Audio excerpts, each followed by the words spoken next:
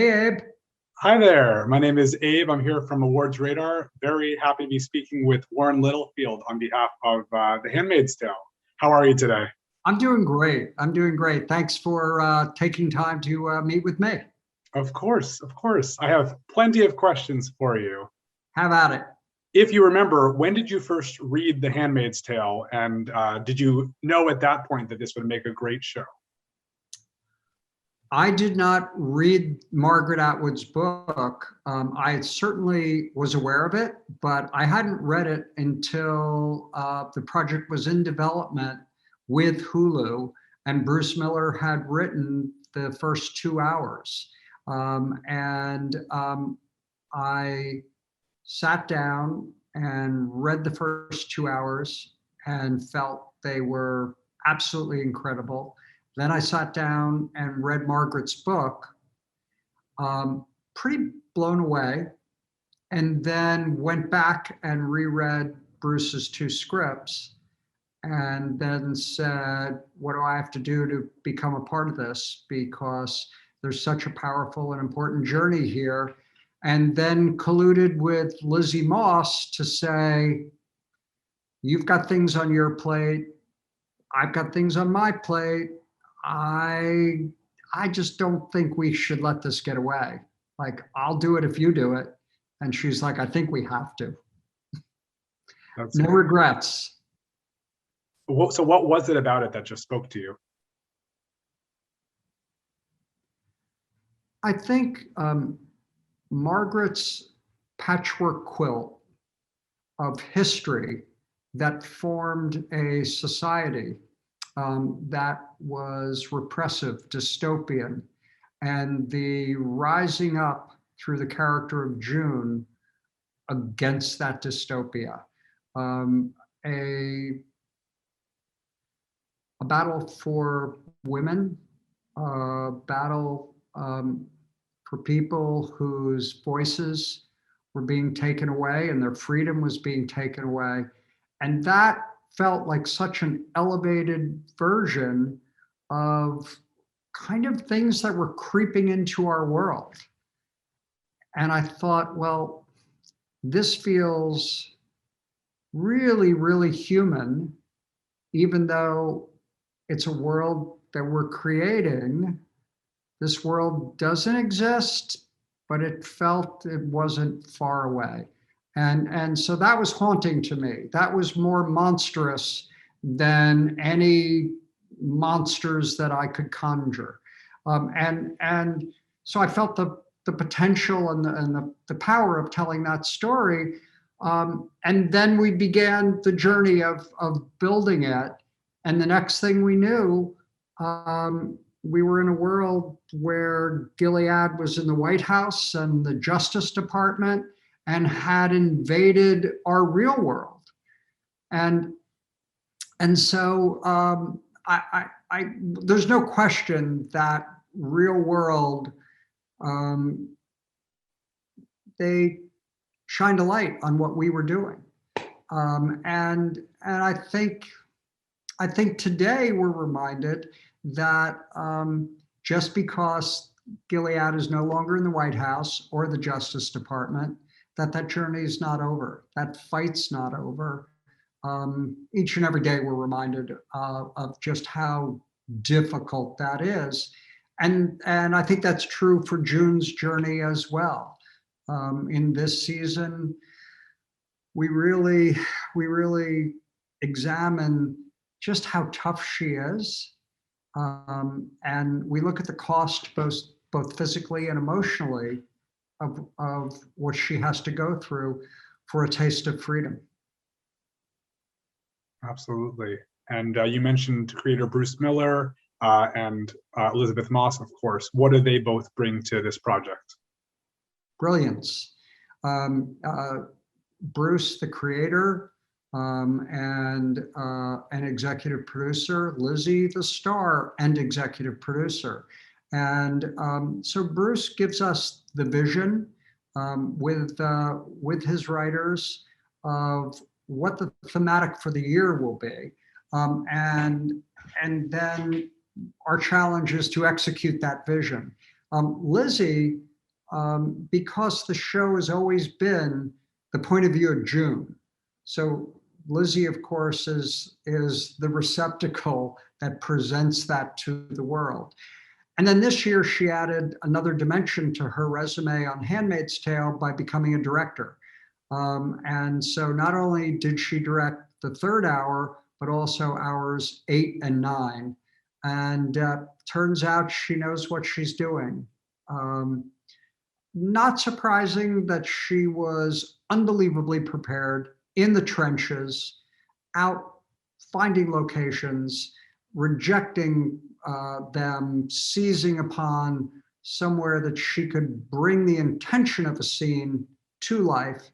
Really, really remarkably talented as a director, adding that to her arsenal as a actor. So yeah, it's a pretty wonderful triangle. We call ourselves a triangle of trust. And there's a lot of respect that we have for the individual skills that we all bring to this, and then also collectively what we're able to do. So we've talked about the content, we talked about the talent. Now I'm curious about the format, because you spent many years at NBC, and a lot of that was talking about you're creating all these amazing shows and must-see TV, appointment television, and now you have a show that's available to stream. And while this is not one of the shows that releases the entire season at once for people to binge, we do have 3 episodes premiering at once and then 1 a week. Did you ever expect that you'd be working in this completely different space? No, I think one of the things I learned when I was at NBC, it seems like a few lifetimes ago, is that embrace change, because change is coming. And so the world of technology, and delivery. And back then, when I started working at the network, the average household had half a dozen channel choices. When I left NBC, the average household was at least 50 and rapidly on its way to 100 channel choices. So we watched the world change dramatically back then. And then the whole notion of a schedule of here's when we put it on, here's when you can watch it. It all blew up, where just make great content and here's a platform where you can find it.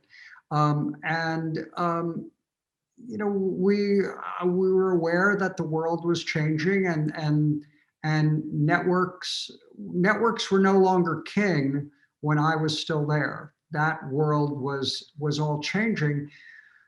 Who wins in this world of change? The viewers. The viewers have more choice for content than ever before, and the content continues to be truly amazing. Worldwide content, unbelievable production value, and I think that's why at dinner tables, people are not talking about feature films as much as they talk about television.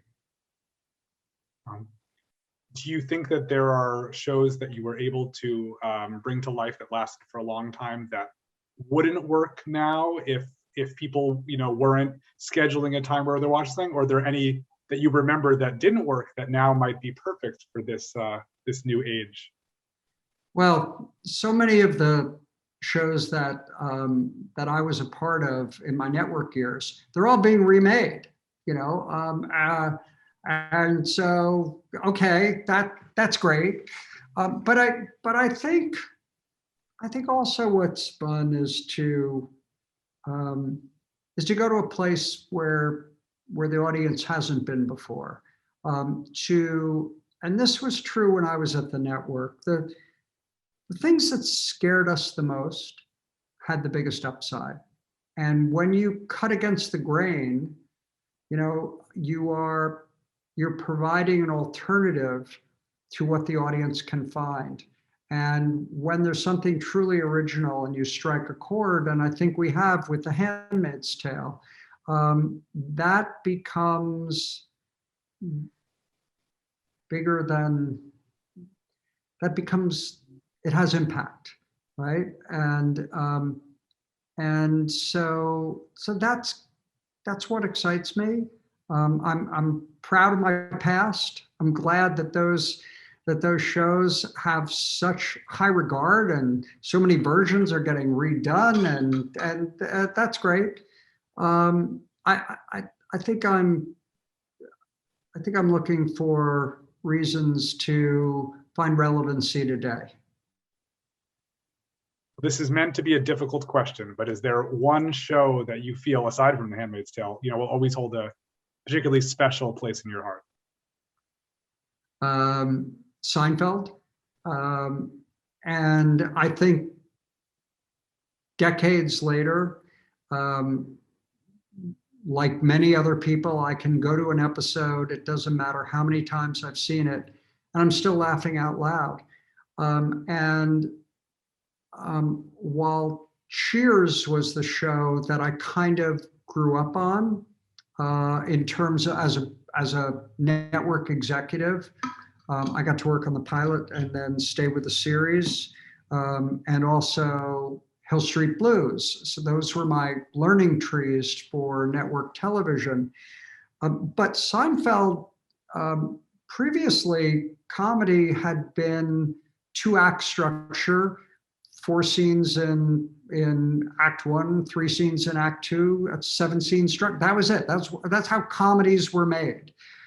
And Larry David, who avoided story in the beginning, then became addicted to it, and all of a sudden started going from 7 to 10 to 12 to 15 to 20 to 25 scenes even in a given episode, because of the complexity of the stories he was telling and how all those stories at some point came together delightfully and wonderfully. He broke the mold.